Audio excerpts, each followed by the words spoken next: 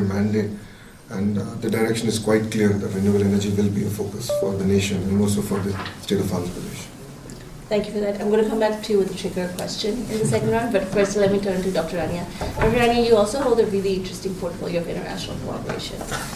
Given that there are countries like India who are further moving along when it comes to solarization, but then there are other countries who are not, what do you think your role is, especially being Egypt and being such a strong nation, in terms of changing opinions, shifting opinions, having conversations about energy transition with other countries? And do countries at large have responsibilities to have these conversations? Well, thank you very much. Well, since last July, it's been planning, economic development, and international cooperation. So that's a bigger portfolio, and it just shows that in order to leverage on the international partnerships, also how much of the public investments need to be made wisely and more efficiently to crowd in private investment.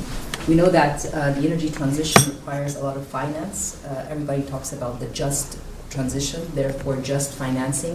More concessional finance needs to be available, not just to governments, but also to private sector. And then comes the concept of blending, so that we can de-risk a lot of these projects and help countries move into, or move towards their energy transition. I think if we forget about what happened yesterday and the updates on the US and the Paris Agreement, we know that countries have their nationally determined contributions, so the NDCs are sort of objectives for countries, objectives in a multilateral system. They're of course voluntary, they're not obligatory, but we do know that for countries or private sectors who want to invest in countries, they need to be known, the NDCs, countries need to be clear with the projects that they want, and that's the only way that you can secure financing, because everybody wants to be, if you're talking about private banks, if you're talking about the multilateral development banks like the World Bank, IFC, EBRD, EIB, all of these international partners are ready to finance private sector in the energy transition. But for that to be successful, it has to be within a national context, i.e. these private sector projects are actually adding to achieving the NDC, where commitment from the government with respect to its NDCs, but clarity with respect to the projects, and then the credibility that you need to have with the international community to be able to finance at a low cost or a low interest rate, these relatively, of course, is quite important. Something that we did, we hosted COP27, of course, in Sharm el-Sheikh. This was in November 22. And the theme was from pledges to implementation. So we know that countries pledged 100 billion at that time. After COP29, now the number is 300 billion. We haven't seen all the 100, but let's see if we can see a motivation for the 300 billion. But in any event, the point was there's always a blame on countries. You're not ready with your projects. People don't know how you're going to achieve your energy transition objectives, and that's why financing is not making its way. So during Sharm el-Sheikh, we put together a guidebook. It's called the Sharm el-Sheikh Guidebook for Just Financing, and under the word just financing, we said it's not just the quantity of financing, but the quality, i.e. The feasibility studies, creating the infrastructure among personnel and staff in government and the private ecosystem to be able to always have a pipeline of projects, and therefore you can leverage on the existing financing that happens. So in your initiative, when I read about it, again, it's a way to create that quality finance, i.e. the TA or the capacity building that is required across. I mean, just to conclude, there's so much that we can speak about, but we put together, and you will hear this concept a lot in the G20 and at COP, and it's coming up again, is country platforms. Countries need to put together a country platform for climate action. We created a country platform. It's called the Nexus of Water, Food and Energy, NWFE. In Arabic, Muwafi means fulfilling pledges, so it came from pledges to implementation. And we've been very clear with a set of projects. It's in line with our national 2050 climate strategy. And we say these are the projects, this is how much we're putting public money, and this is how much we need from the international community, i.e. the IFIs, to finance private sector, and we had debt swap for climate action within the country platform. So you always hear that, and as we go to Brazil, country platforms are becoming very, very, more countries want to do them. We're helping Tanzania and other countries do their own country platform. It has to be country-led. It has to be according to your objectives. You have to be clear about the NDCs. You have to be clear about projects, and it's not only mitigation, but also adaptation is there, because that's also one of the areas of climate action. I can go on for a very long time, but two things to bear in mind. Climate finance exists. It's not too much, but it's up to the country to be clear with its projects. Quality finance means that we need sustainability, and i.e. technical assistance and capacity building in countries. And finally, country platforms do work. So I advise every country to have a country platform and a governance structure for it, so that you can attract whether it's FDI or concessional finance and so forth. Thank you. Thank you so much. That was very insightful. Thank you. And since we're on the topic of climate finance, there's been so much discussion around it, and yet when it comes to like the tangibility of what that's translated into on ground, it's been relatively limited.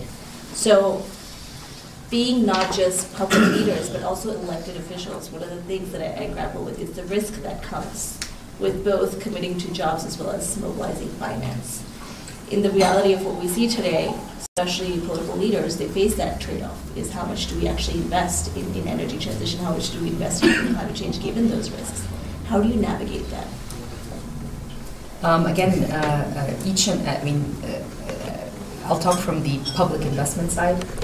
Any public money that goes into a project, this project has to be part of whether it's Vision 2030 or a national plan, which is ratified from Parliament. So that's a very important governance and political agency or buy-in, as you mentioned. The second point is, given that fiscal space is quite tight anyways, and we've been facing so many headwinds, not necessarily tailwinds, you want to put, for example, if I'm talking about renewable energy, wind and solar, do you have enough investments in the grid to upload this renewable energy? So the government has to be very clear with its priorities. I'll put investments in the grid, allowing private sector to generate the wind and solar. And this is what's going to create private sector jobs, skilling, greening, and also an entrepreneurial ecosystem sometimes, which does the measurement for the CO2 and so forth. So it's a matter of clarity with the objectives, a very constructive dialogue and understanding when it comes to those who ratify these plans, which is Parliament, which represents people and governorates and so forth. And then finally, what creates the continuous buy-in is that the projects get implemented, so people can see that the energy transition or the climate action is not just a burden on development, but it's part of development. Because each and every energy project, in addition to creating jobs, creates green capacity for more industrialization, for more economic activity. So it's very important to create the overall narrative, and there's so much work that has been written since Glasgow, actually, on the importance of thinking about climate action and development as inseparable. They are not mutually exclusive. It's not either or, and that is something that needs to be continued and pushed. I don't know the issue of yesterday and the announcement of yesterday, how consequential that would be on the multilateral development banks, on the dialogue around climate. Are we going to go back? So it's very strange that today is the first day of Davos, but yesterday this happened. So I think how far in terms of creating disturbance in a path which look to be moving forward with gains for developing countries, and also better understanding for the multilateral development banks and the global institutions that do provide financing. I don't know. Let's see how that works out. I don't have an answer. All of us have questions. Nobody does. Yeah, exactly. I said nobody have questions. I think from the state perspective, the question that we've been asking is how do you go from mine to energy? We have the entire value chain, the ecosystem. How do you build it out? And how do you create consistency in policies? So if you look at India's view, is that how do we bring every bit of our ecosystem? So if you look at rooftop solar, to agriculture being solarized, then to the entire green hydrogen, which seems to be the buzzword, and various investments coming into that sector, green steel. So I think, at least from India's context, is to set the policy straight. Yes, there are some subsidies required, but it's not over and beyond the fiscal challenges that any state or the federal government would have. That's one part. But the second part again is, how do you make this the transition political resistant or resistant to politics, right? And that's going.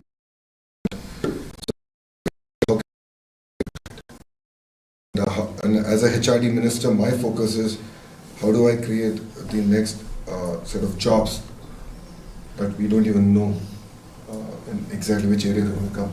So working with the industry, working with NGOs, collaborating with them, getting the curriculum, the whole 9 yards, and creating the next wave of jobs, I think is going to be very, very important to make it more resistant. Thank you so much. I'm being mindful of time, and I'll request one piece, which is this is a conversation. So if you have one question, thought, insight from participants, I know there's folks in the back as well. We welcome that before we shift on to the next conversation series. So basically, as we discussed, lots of the focus on mitigation globally as well as in India, and the resources, particularly financial resources allocated for the adaptation, are very less. At the same time, communities are facing lots of challenges because of the climate change, and not only this issue is related to just transition, but it is very bigger. Because of the climate change, lots of people, as far as migrant workers, and many of them are getting and just how we can broadening the just transition definition in that context. Thank you. Do you want to just 30 seconds shortly share? Yeah, well, I would have one question towards you. I found it very interesting what you were saying with creating the new job opportunities, which I think is great and is needed. I'd like to go on the topic of the next generations. We have a massive swift, between the generations that are currently in the power positions and the ones that are coming. And I'll be very honest with you, I am one from these generations. We don't believe many things that are said because it's very often the same thing. It's said.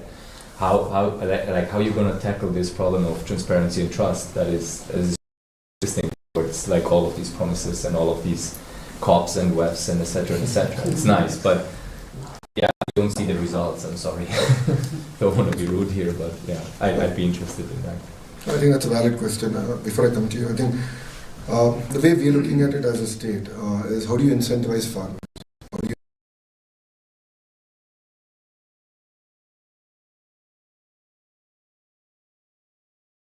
Honorable Prime Minister's program, Suryaghar, which is rooftop solar for every house, that's the exact PPA, power purchase agreement we're doing with every citizen. And I think that's one of the simple mechanisms that we can create the incentive structure for greater adoption. To be fair, India is seen, and for every country to really become a developed nation, low cost of energy is going to be critical. So between solar, wind and pump storage, as of today, I don't know PSP where it will be in the next 5 years, currently is viable.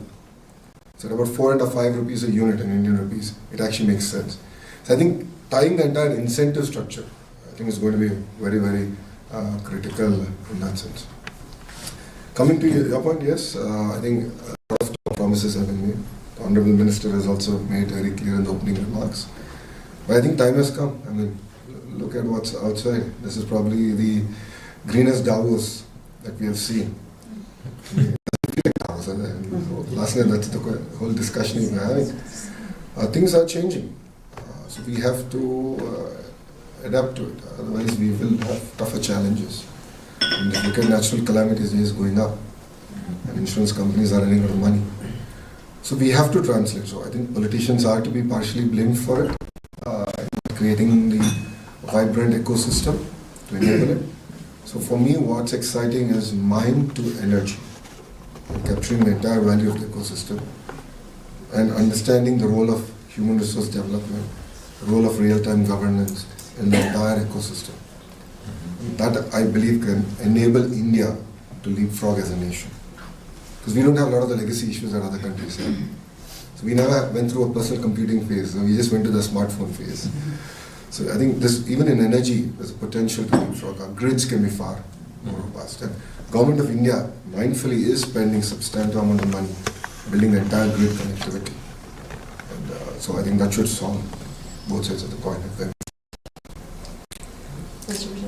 I just want to say that adaptation is on the agenda. And for example, one of the outcomes of also COP27 was the Loss and Damage Fund, realizing that desertification and what's happening, because that's in sub-Saharan Africa mainly. But one important aspect is dialogue among countries, and also showing success cases where adaptation was taken as a focus, and there were alternative financing tools, like what's happening in Colombia in terms of debt swap agreements, Barbados, the same. So we need to shed light in discussions on what worked, and not just what worked, how did it work? So that can also be politicians in other areas, in other countries, with concrete examples that it's not just a promise, but it has happened elsewhere. What do I need to do to make sure and scale? So this word scaling we always hear about, but it's to take a successful example and see how we can, of course not one size fits all, but problems are the same, and when one solution works, why not try to replicate given the initial conditions in the country?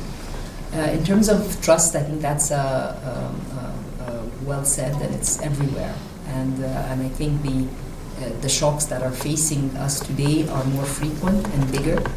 And whether it's the fiscal space that is available for countries to be able to take action, which shock should I prioritize given the fiscal, the very tight fiscal space. So it's I mean, the credibility gap that exists can only be narrowed through better communication. And I think that's an element which there's always areas of improvement. There's no best communication. There's always scope to improve the communication.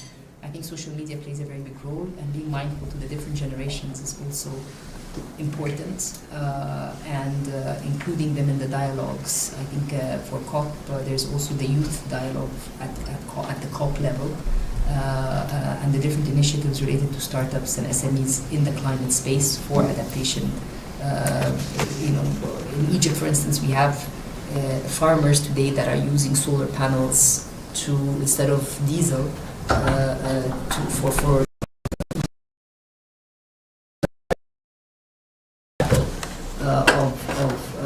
action for adaptation. Sometimes loans, low cost, and so forth. Being very honest on what doesn't work and what cannot. That no. Yes. Commitment towards energy transition remains strong. And while there are turbulent times coming up, I'm pretty confident that we'll be okay. That being said, we'll close the session on government perspectives. And Vikas actually moved to you.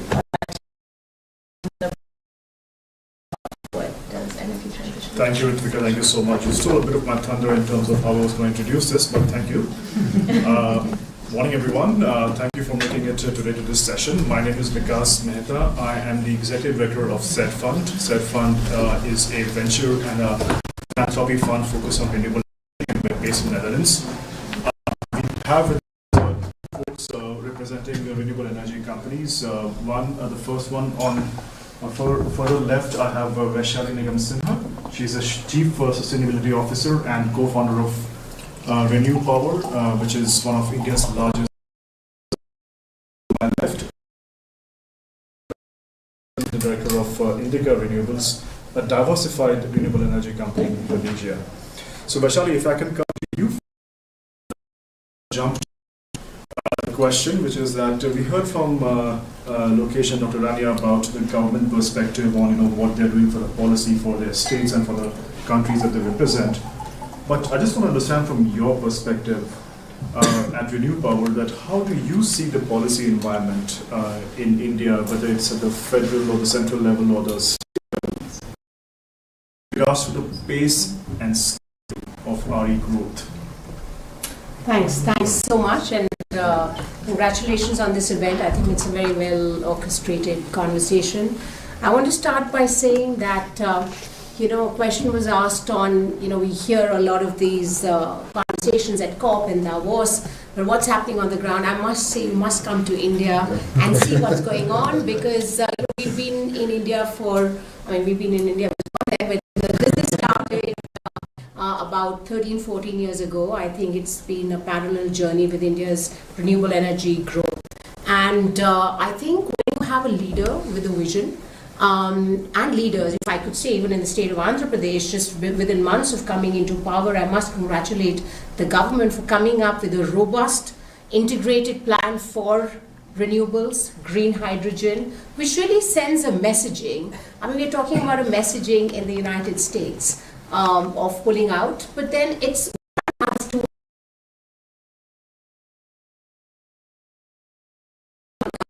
if they don't follow, you need followers to, right? Let's not make leaders who must not be leaders. In the first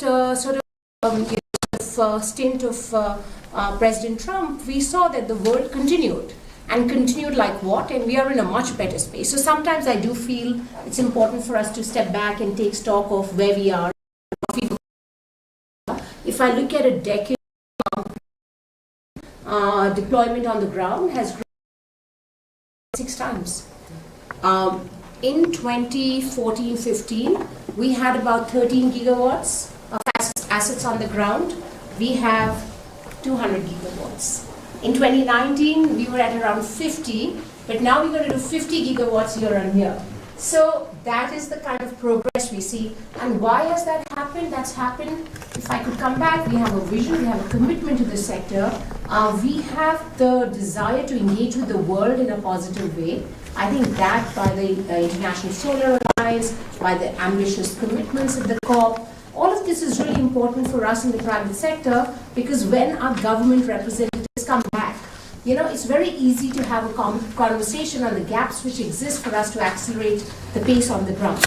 So I feel that I'm optimistic, I'm hopeful, and I'm positive just because of what I see happening in my own country. We have the largest grid, as you mentioned, which really is a game changer.